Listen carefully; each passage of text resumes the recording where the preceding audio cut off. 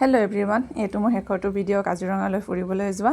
আজিয়ে এইটো ভিডিঅ'ত সকলোখিনি কমপ্লিট কৰোঁ ভাবিলোঁ, আৰু দীঘলীয়া হৈ গৈ আছে ব্লগবিলাক, আপোনালোকেও চাই আমনি পাব ভাবিলোঁ। আশা কৰিলোঁ শেষৰটো ভিডিঅ' চাই আপোনালোকে ভাল পাব। আৰু মই কাজিৰঙা ফুৰিব যোৱা যিমানকেইটা ব্লগ বৰ্তমানলৈকে দিলোঁ, গোটেইখিনিতে সকলোৱে বহুত মৰম দিছে, তাৰ কাৰণে সকলোকে থেংক ইউ। আৰু আশা কৰিছোঁ এইটো ভিডিঅ'টো আপোনালোকে তেনেকৈয়ে মোক সঁহাৰি জনাব, ছাপোৰ্ট কৰিব আৰু মৰম দিব বুলি।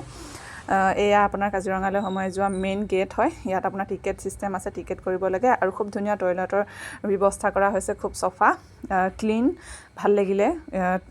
টয়লেটৰ ওপৰত কৈছোঁ, মানে খুব ধুনীয়া ব্যৱস্থা কৰা হৈছে।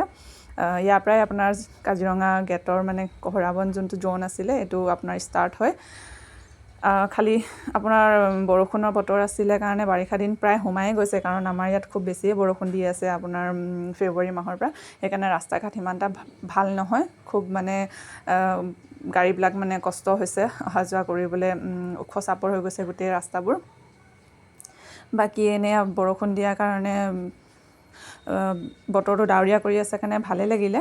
এয়া আপোনাৰ খুব ধুনীয়া এটা সেউজীয়া পৰিৱেশ, গছ-গছনি, গছবিলাকো মানে দেখিবলৈ ইমান ধুনীয়া, মানে এনেই আপোনাৰ মনত মানে যেন কিবা এটা শান্তি লাগিব। আৰু দলংবিলাক কাঠৰ দলং। ইয়াত মানে ভালকৈ দলং ধৰক ৰাস্তাত যেনেকৈ বনাই ধুনীয়া দলং, তেনেকুৱা দলংবিলাকৰ ব্যৱস্থা নাথাকে, কাৰণ বানপানী হয় বাৰিষা দিনত খুব বেছি। সেইকাৰণে কাঠৰ দলঙেই বনোৱা হয়। কেতিয়াবা বাৰিষাত দলংবিলাক ভাঙিও যায় সেইকাৰণে।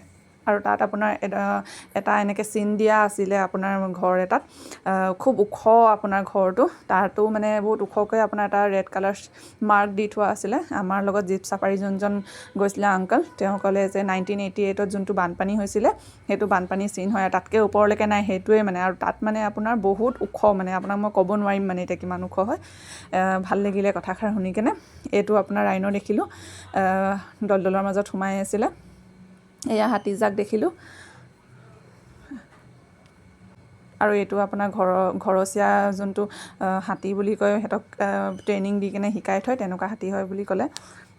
আমি তেনেকৈ সিমান এটা বস্তু নেদেখিলোঁ, অকল দেখাৰ ভিতৰত ৰাইন'টোৱে দেখিলোঁ। যদি ৰাইন'টো নেদেখিলোহেঁতেন তেনেহ'লে আমাৰ মানে ইমান বেছি কষ্ট আৰু কৰা মানে অৰ্থ নাথাকিলেহেঁতেন। খালি এই আপোনাৰ এই যে যোনটো আপোনাৰ বৰ্তমান আপোনালোকে চাই আছে, যোনটো পাৰ হৈ গৈছে ৰোড ক্ৰছ কৰি কেনে ৰাইন'টো, এইটো দেখাৰ কাৰণে আমাৰ মানে গোটেই ভাগৰবিলাক মানে ঠিক হৈ গ'ল। মানে আমি এইটো দেখাৰ পিছৰ পৰা আৰু চব পাহৰি গ'লোঁ যে আমি ইমান ভাগৰত, ইমান কষ্ট কৰি ইমান দূৰ আহিলোঁ কাজিৰঙালৈ চাম বুলি কেনে জীৱ-জন্তু। এইটোৱে আমাৰ মানে চব কষ্টৰ পূৰা কৰি দিলে বুলি ক'ব লাগিব, এই গড়টোৱে। বাকী আমি এইবিলাক ঘূৰি অহা সময়ত দেখিছিলোঁ এইটো। তো সেয়াই আৰু চাই মেলি কেনে আমি চাহ তাহ খাই মেলি এয়া ঘৰমুৱা হ'লোঁ। আশা কৰিছোঁ আপোনালোকে ভিডিঅ'টো চাই ভাল পাব।